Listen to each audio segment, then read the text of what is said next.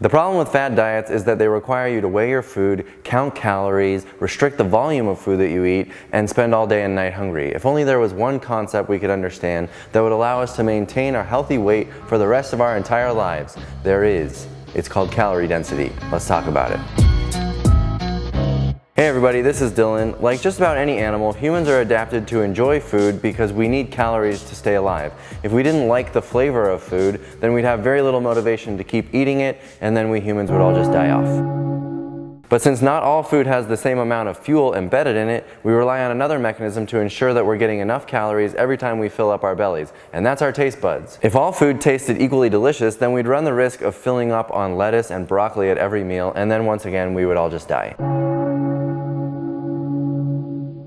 So it turns out the richer the food, the more fuel we can extract, the more irresistible the flavor. This all worked really well in our natural history when food was pretty hard to come by. Guided by our taste buds, we humans have always desired the richest food in our environment because that's what we needed in order to stay alive. We have the same brains and taste buds as we used to have back then, but the problem is the food isn't scarce anymore. All of this rich food is everywhere. Today, we can easily and pretty affordably enjoy at every meal food that would have taken an incredible amount of work to come by, such as meat or even tree nuts, which were not on every caveman corner. Or in the case of candy, cookies, potato chips, chocolate bars, soda, ice cream, none of these things even existed until pretty recently compared to our entire natural history. So now we are faced with a challenge that we never even had to think about before. What should we eat in order to maintain the same slim, healthy bodies of our ancestor? And the secret lies in understanding calorie density to help us make better food choices. Many of you watching know exactly what it feels like to quit eating before you're actually full and satisfied, because that is how fad diets work. That's how they have to work in order to get results. If we reward our taste buds with all of the rich food that was never available before, then the only way to control our weight is to actually eat less of it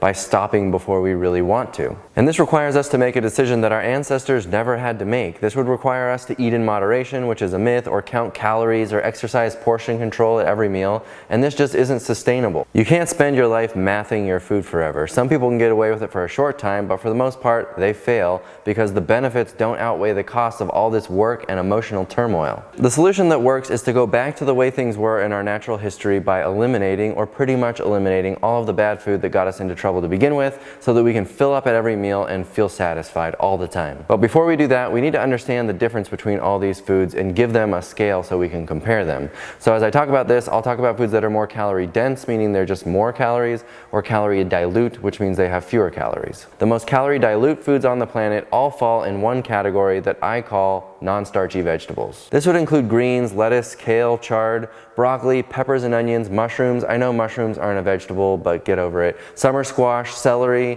herbs and spices, all the things that give different flavor and variety to food and variety of colors, but they're not very rich in calories. Think of a salad, and if you stuff yourself with a big, beautiful, colorful salad, you're still only going to have eaten about 100 to 200 calories, and if you do only that 3 times a day, then you're still gonna starve. Like I said, this food group is the most calorie dilute of all of them. Moving up the calorie density chart, the next food group would be our whole fresh fruit. You don't even need to list off a whole bunch of fresh fruit, you get the picture.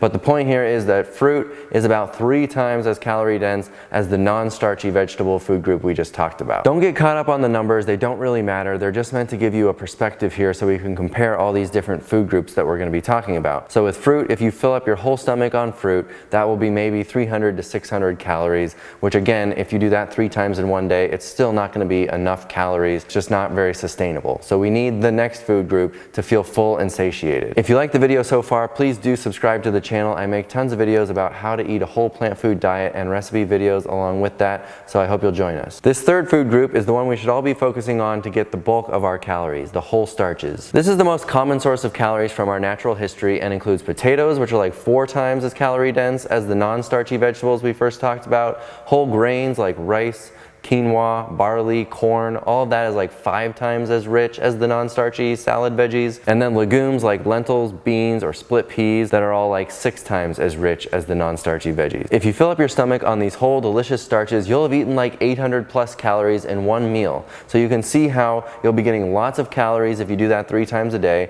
but not so many that you're gonna be overdoing it, and your body just does the math for you. So now let's keep cruising up the calorie density scale so we can see where most people are getting into trouble with the food, because let's be real, most are not eating from my 3 favorite food groups that I've just described. The next food group is animal products, which are like 10 times as calorie rich as our original food group, the non-starchy vegetables. Yes, it's true, our ancestors did work very hard to source a portion of our calories from animal products because, like I said at the beginning of the video, those products were calorie rich, so they tasted good, and they were needed in order to stay alive because food was so scarce. Minimally processed animal products could potentially be okay to eat in very small portions, but most people are not doing that anymore. They're having them at every single meal, and I don't want you to do it anyway because I'm vegan, and plus these products are totally irresistible. So as long as they're as available as they are today, you're gonna have to eat in moderation and consciously restrict and make these choices to not eat too much of them, which is super hard. It's not gonna happen. Plus all these products are laden with pesticides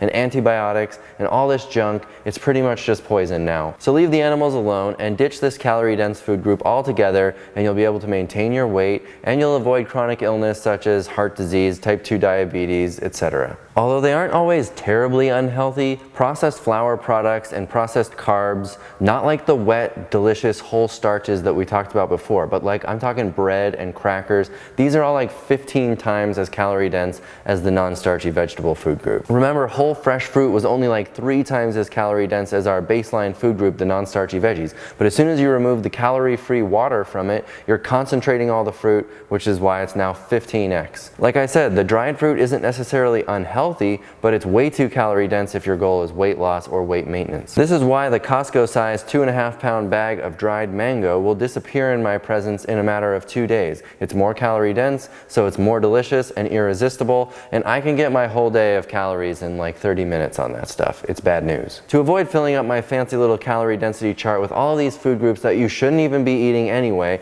I'm gonna put all the junk food into one category, and it's all like 18 to 25 times as calorie dense as our original non-starchy veggies food group. This would include all the chips, the cakes, the candy, straight sugar, chocolate bars. All of this stuff is in one category, and you know how irresistible it is because it's very calorie dense, so you can't put it down until it's empty. These foods are all scientifically designed to be as rich as possible from the salt and the fat and the sugar. It's meant to be irresistible. Once you pop, you can't stop was not an accident. They did that on purpose. Crush an entire bag of potato chips like those jalapeno kettle chips like I used to do all the time in just one sitting, and you'll have eaten 2,000 calories, your whole day of calories. Boom, done. Don't even get me started on the Oreo trips. That was bad news. I could turn heads at a Super Bowl party, and believe me, I wasn't watching any football. I was hitting all of the food as quickly as I could while no one was watching, except they were watching, and that didn't stop me either. Anyway, let's move on. This is why understanding the calorie density of food is so important if you want to learn to maintain a healthy weight for the rest of your life. Next up is a bit of a tricky category, nuts and nut butters. These can all be perfectly healthy foods if they're not adulterated with like added oil and salt and stuff, but they're really calorie dense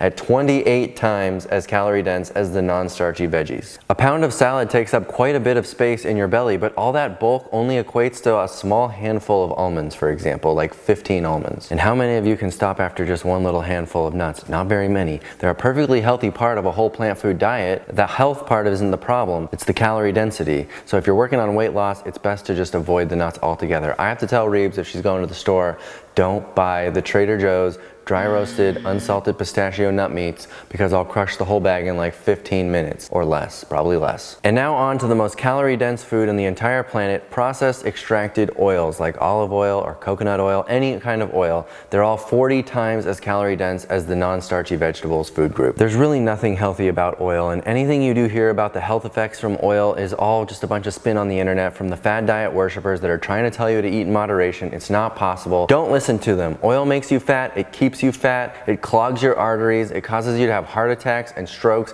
and type 2 diabetes. Anything healthy in oil could be found in whole food 10 times more easily. Simple as that. I eat oil from time to time. I'm not going to sit here and say I never do it, but it is very infrequent and certainly not a part of my day-to-day diet. If you indulge too often, it will grab onto your soul, it will pull you down into the depths of the earth, and you will never, it's a miracle that I ever broke free. I'm serious. Eating animal products, processed and refined carbs, junk food, food, whole healthy nuts, or poisonous, temptations oils. Temptations.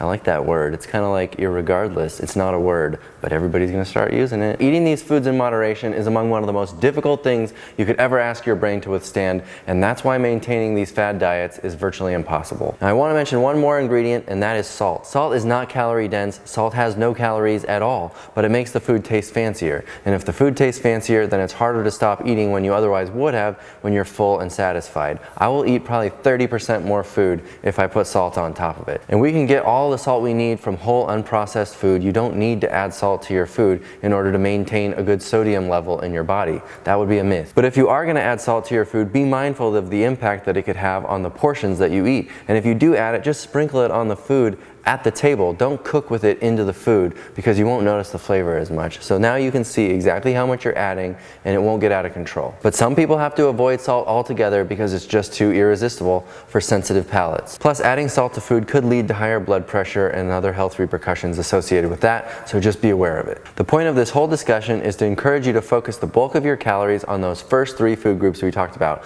the whole non-starchy vegetables, the whole fresh fruit, and the whole starches like the potatoes, the whole grains, and the legumes. These are the most commonly available foods from our natural history that led to virtually all people being trim and slender, and that is how you eat according to calorie density. If you'd like to see some of my favorite recipe videos with the whole, delicious, healthy, unprocessed plant foods from the first three food groups that we talked about, click right here and check out this playlist. Thank you so much for watching. I'll see you on the next video. Bye.